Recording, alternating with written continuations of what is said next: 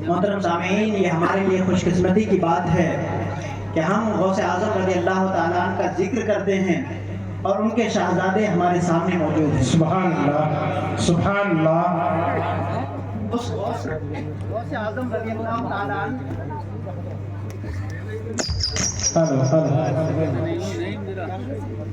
غوث اعظم رضی اللہ تعالیٰ عنہ کے ذکر کے لیے ہم جمع ہوئے ہیں اور ساتھ میں ان کے صاحبزادے کی زیارت بھی ہو رہی ہے، ہماری خوش نصیبی کی بات ہے۔ بے شک درود پاک پڑھیں، اللہم صلی علی سیدنا مولانا محمد بارک وسلم، صلاۃ و سلام علیک یا حبیبی یا رسول اللہ صلی اللہ تعالی علیہ وسلم۔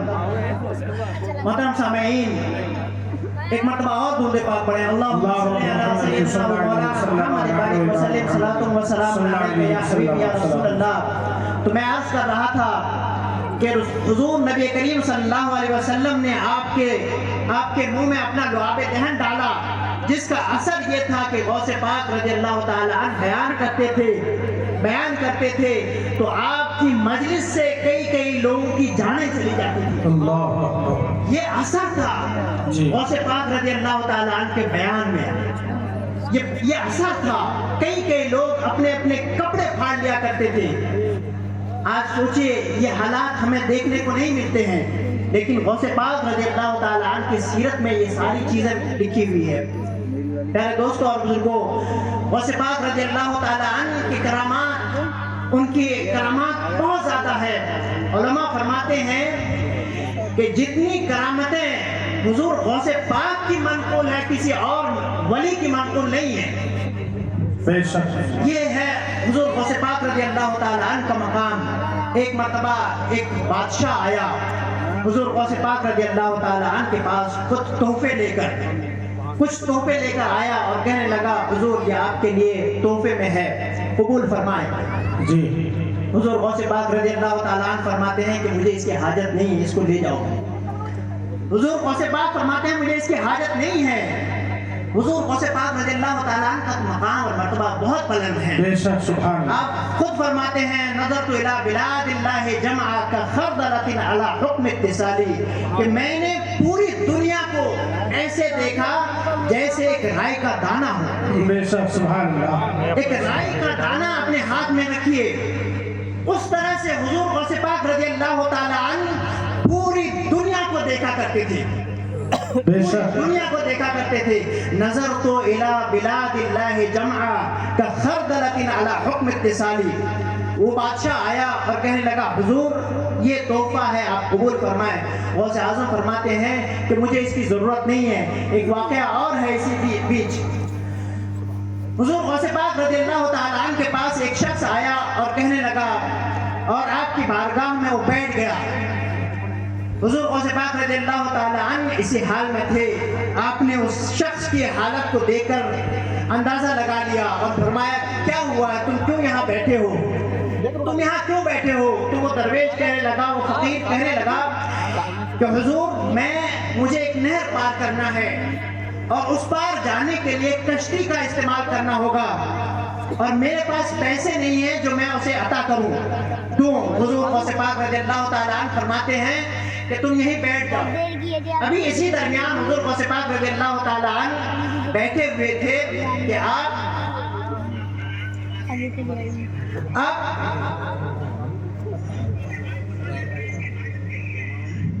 نعرہ تکبیر، نعرہ تکبیر۔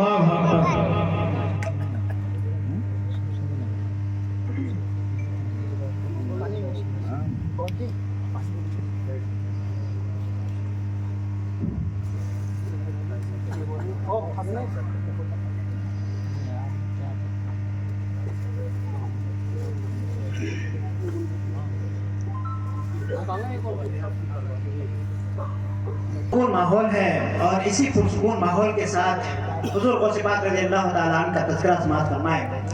حضور غوث پاک رضی اللہ تعالیٰ عنہ کے پاس ایک شخص آیا اور کہنے لگا کہ حضور مجھے اس پار جانا ہے، دریا سمندر کے اس پار جانا ہے، اور کشتی کا مجھے استعمال کرنا ہوگا۔ جو اس کا ملاح ہے وہ مجھ سے پیسے مانگتا ہے، حالانکہ میرے پاس کچھ نہیں ہے۔ حضور غوث پاک رضی اللہ تعالیٰ عنہ فرماتے ہیں کہ تم وہیں بیٹھ جاؤ، ایک شخص اسی درمیان 30 دینار لے کر آیا, حضور غوث پاک رضی اللہ تعالیٰ عنہ نے وہ پورا اٹھایا اور اس شخص کو دے دیا. بے نیازی ہے حضور غوث پاک رضی اللہ تعالیٰ عنہ کی کہ آپ کو کسی کی دولت کی ضرورت نہیں ہے, کسی کی دولت کی ضرورت نہیں ہے. تو وہ بادشاہ آیا حضور غوث پاک رضی اللہ تعالیٰ عنہ کے پاس اور کہنے لگا کہ حضور یہ آپ کے لیے تحفے میں پیش ہے, اسے قبول فرمائیں. حضور غوث پاک فرماتے ہیں مجھے اس کی حاجت نہیں ہے, اسے لے جاؤ.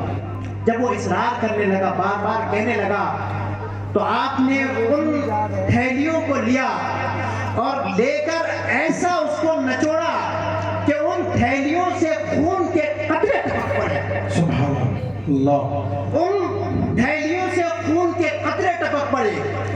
بادشاہ حیرت میں تھا کہ ہو کیا رہا ہے, ہو کیا رہا ہے. میرے دوستوں اور بزرگوں توجہ چاہوں گا, حضور غوث پاک رضی اللہ تعالیٰ عنہ ان تھیلیوں کو لے کر ایسا نچوڑتے ہیں اس سے خون ٹپک پڑتا ہے. آپ سوچ سکتے ہیں اس بات کو کہ آپ کے پاس پیسے ہو, دولت ہو, سونا چاندی ہو اور اس کو نچوڑا جائے اور اس سے خون ٹپک پڑے, ایسا آپ سوچ سکتے ہیں؟ نہیں, ایسا نہیں ہوتا ہے. لیکن حضور غوث پاک رضی اللہ تعالیٰ عنہ کا مقام اور مرتبہ اتنا بلند تھا, اتنا بلند تھا کہ آپ جان جاتے تھے کہ یہ مال حلال ہے کہ حرام ہے, یہ مال حلال ہے کہ حرام ہے. آپ رضی اللہ تعالیٰ عنہ اس کو جان جاتے تھے, پہچان جاتے تھے. غوث پاک رضی اللہ تعالیٰ عنہ فرماتے ہیں, توجہ چاہوں گا تمام لوگوں کی, حضور غوث پاک فرماتے ہیں کہ اگر مجھے تیری نسبت کا خیال نہ ہوتا, تیری نسبت کا خیال نہ ہوتا تو میں اس کو اتنا نچوڑتا کہ اس کے خون تمہارے دروازے تک پہنچ جاتا.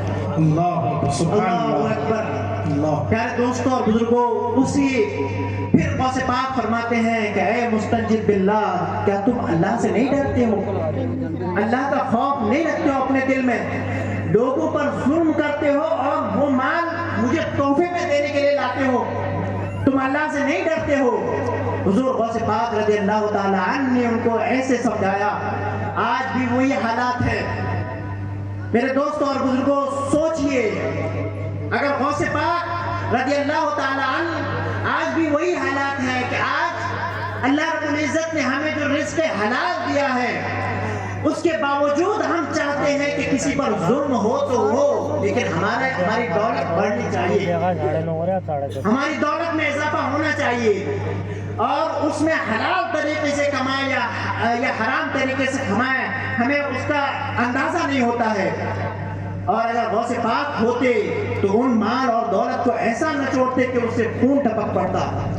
آج دیکھ لیجئے معاشرے میں, چاہے بہت سے لوگ, بہت سے مسلمان بھی پولیس ڈپارٹمنٹ میں ہوتے ہیں, دوسرے ڈپارٹمنٹ میں ہوتے ہیں, سرکار ان کو تنخواہ دیتی ہے لیکن ان تنخواہ پہ ان کا گزارا نہیں ہوتا, پیٹ نہیں بھرتا ہے, ان کو اور رشوت چاہیے, ان کو اور رشوت چاہیے.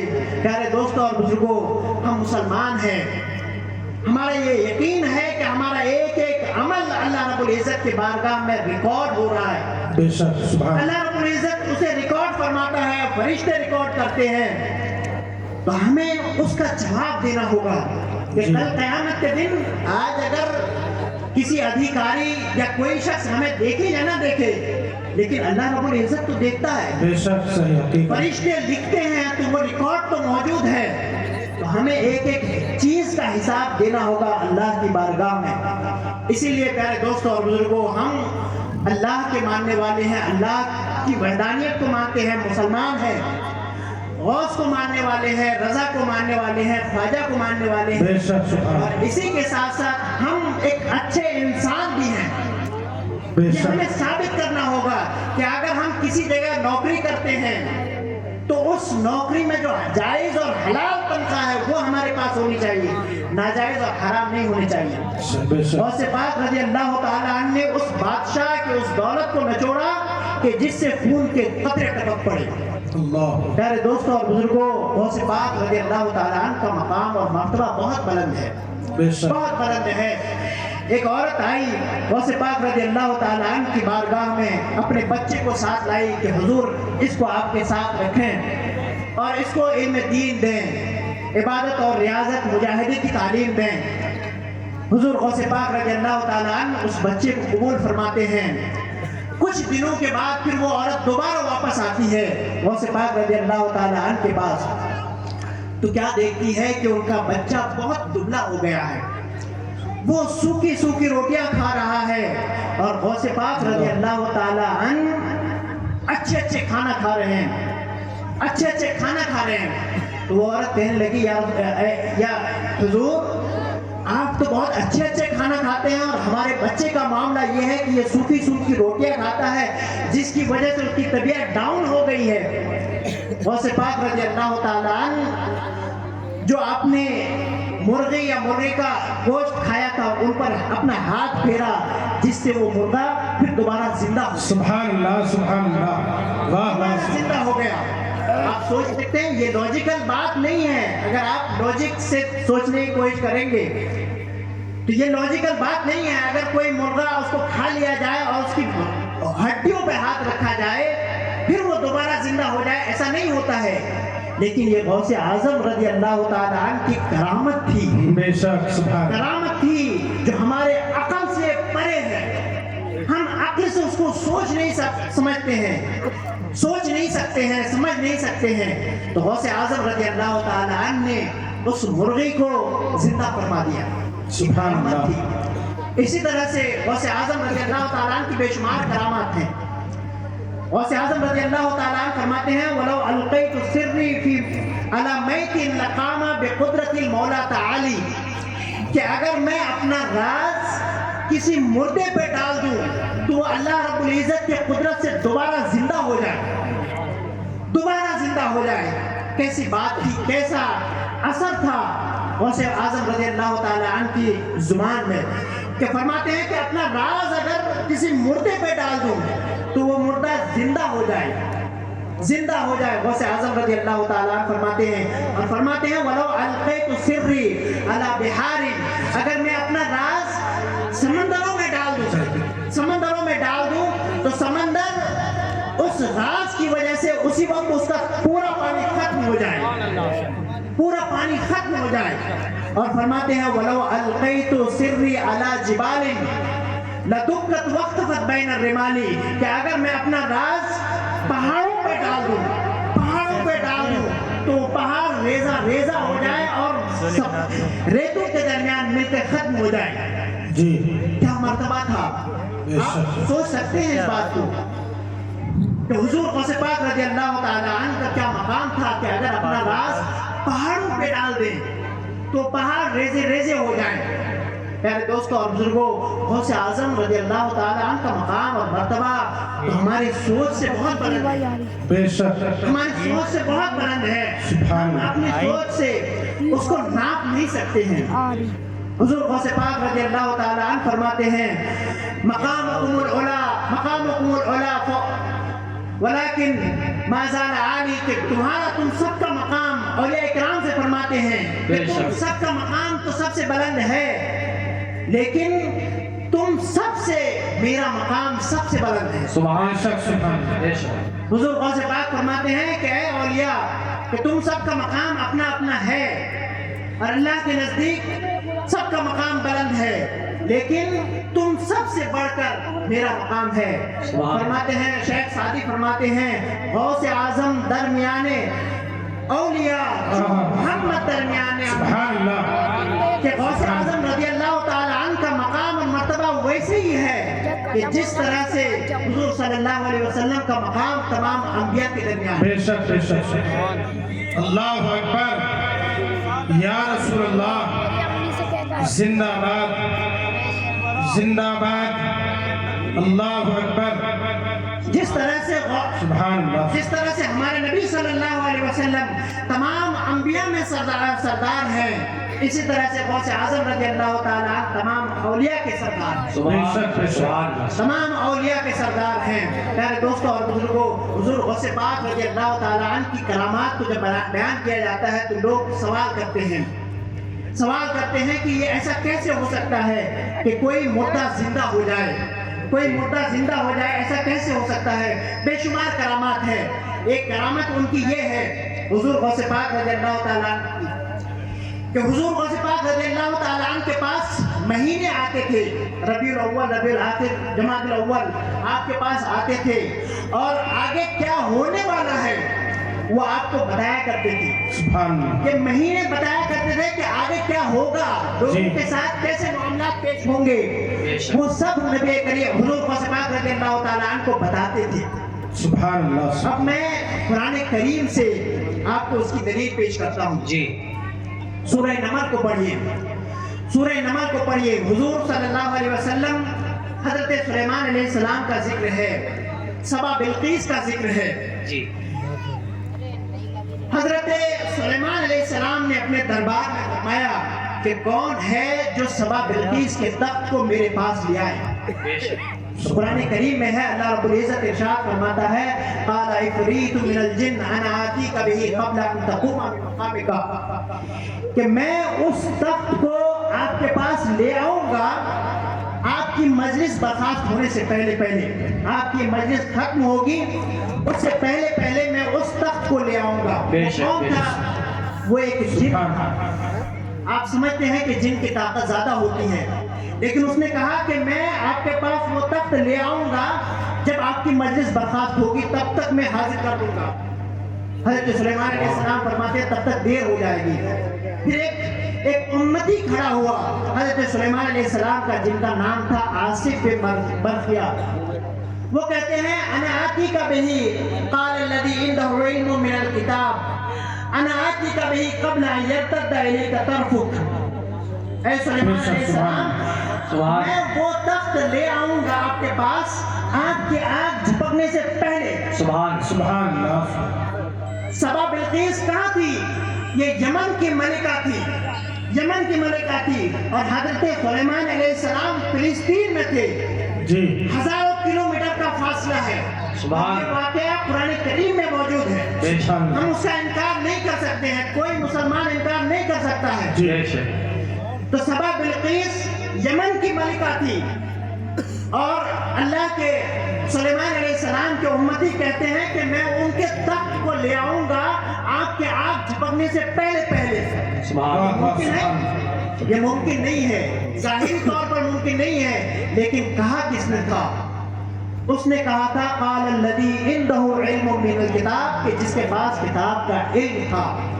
اللہ کے ولی تھے آصف بن برخیہ، بے شک سبحان اللہ کے ولی تھے، اور اللہ رب العزت اپنے اولیاء کو وہ طاقت و قوت عطا فرماتا ہے بے شک کہ جس سے وہ کام وجود میں آتے ہیں جو ہمارے عقلوں میں نہیں آتے۔ بے شک سبحان ہم اس کو سوچ نہیں سمجھتے ہیں، سمجھ نہیں سکتے ہیں، سوچ نہیں سکتے ہیں کہ یمن سے فلسطین وہ تخت کیسے آ سکتا ہے۔ اس قرآن کریم ہی میں ہے، قرآن کریم میں ہے کہ حضرت سلیمان علیہ السلام کے آنکھ جھپکنے سے پہلے پہلے وہ تخت حاضر کر دیا گیا تھا، سبحان اللہ۔ سبحان اللہ۔ وہ تخت حاضر کر دیا گیا تھا۔ اب آپ سوچئے کہ حضرت سلیمان علیہ السلام خود کیوں نہیں لائے؟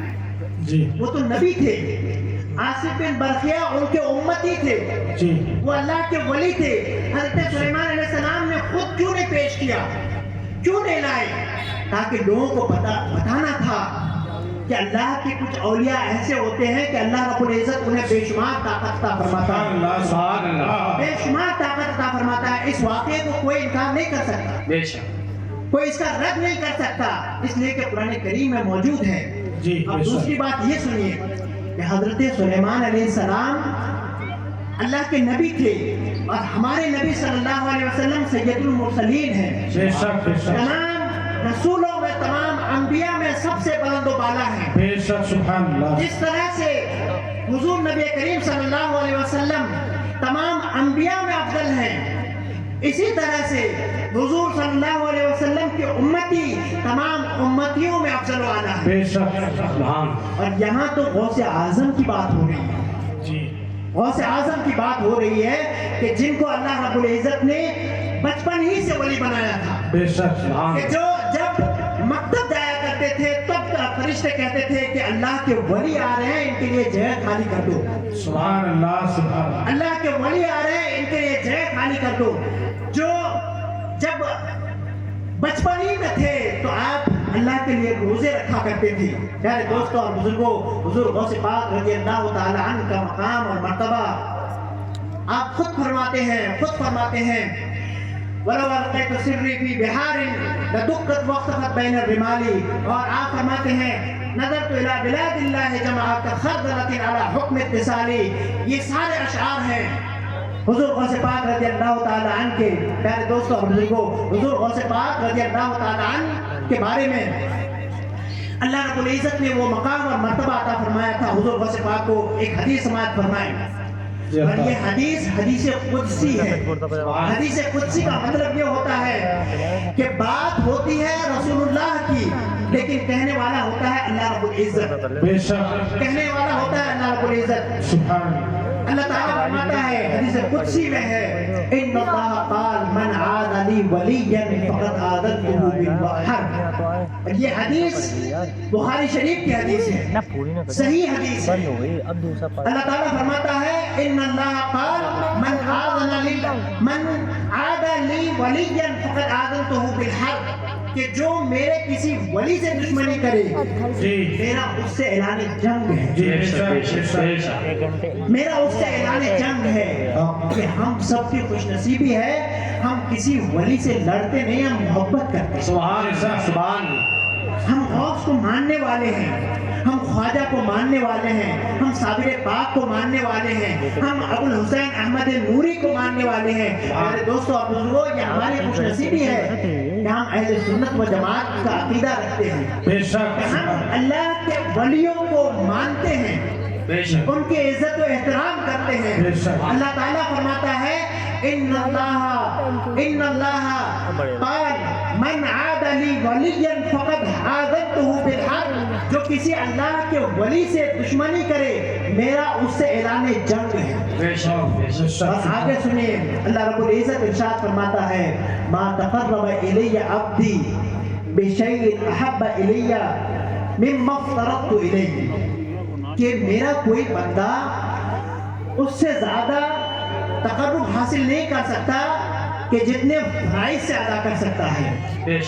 فرائض سے یعنی اللہ رب العزت سے تقرب حاصل کرنا ہو تو سب سے بہترین طریقہ وہ ہے کہ فرائض کو ادا کریں۔ جی فرائض کو ادا کریں۔ پیارے دوستوں اور بزرگوں، اللہ رب العزت نے فرمایا، اس کو دوبارہ سمجھیں، آج ہم اہل سنت و جماعت کا یہ طریقہ بن گیا ہے کہ جو چیزیں فرض ہیں اس کو ہم چھوڑے ہوئے ہیں، جی جو چیزیں فرض ہیں ان کو ہم چھوڑے ہوئے ہیں، اور نوافل میں مستحبات میں ہم اس کے پیچھے دوڑے جا رہے ہیں۔ یاد رکھیے کوئی اللہ رب العزت کی بارگاہ میں آپ سے یہ نہیں پوچھا جائے گا کہ آپ محفل سجاتے تھے کہ نہیں، جی یہ نہیں پوچھا جائے گا۔ آپ سے یہ نہیں پوچھا جائے گا کہ آپ اللہ کی راہ میں دوسری قربانیاں دیتے تھے کہ نہیں، یہ نہیں پوچھا جائے گا آپ سے، لیکن یہ پوچھا جائے گا کہ اللہ رب العزت نے جو فرض نمازیں کی ہے وہ ادا کرتے تھے کہ نہیں۔ جی آپ علماء کو نذرانے دیتے تھے یا نہیں، یہ نہیں پوچھا جائے گا، لیکن یہ پوچھا جائے گا کہ آپ جس دن محفل سجائے ہوئے تھے اس دن کی فجر کی نماز آپ نے ادا کی تھی یا نہیں۔ بے شک صحیح بات۔ آج ہم لوگ یہاں جمع ہے پیارے دوستوں اور بزرگوں، اللہ نے فرمایا، اللہ رب العزت نے فرمایا ما تقرب الی عبدی بشیء احب الی مما افترضت علیہ، کہ سب سے بہترین طریقہ اللہ رب العزت سے تقرب حاصل کرنے کا وہ فرائض ہے۔ اور فرائض کتنے ہیں؟ ہمارا دین بہت آسان ہے، ہمارا مذہب بہت آسان ہے۔ اللہ رب العزت نے ہم پر 5 وقت نماز فرض کیے ہیں، اور پورے سال میں 11 مہینے آرام سے کھاتے پیتے رہو، لیکن 1 مہینہ صرف روزے رکھو، یہ فرض ہے۔ اور اگر آپ کے پاس دولت ہے تو 1 مرتبہ آپ کو حج کرنا ہے، اور اگر دولت ہے تو پورے سال میں 2.5% ادا کرنا ہے۔ یہ اللہ رب العزت نے فرمایا یہ فرائض ہیں، یہ سب سے پہلے ہے، یہ ادا کرنا ہوگا، اس کے بعد پھر نوافل کا مقام آتا ہے۔ توجہ سے سنیں، اللہ رب العزت ارشاد فرماتا ہے ما يزال عبدي يتقرب إلي بالنوافل حتى أحبه فإذا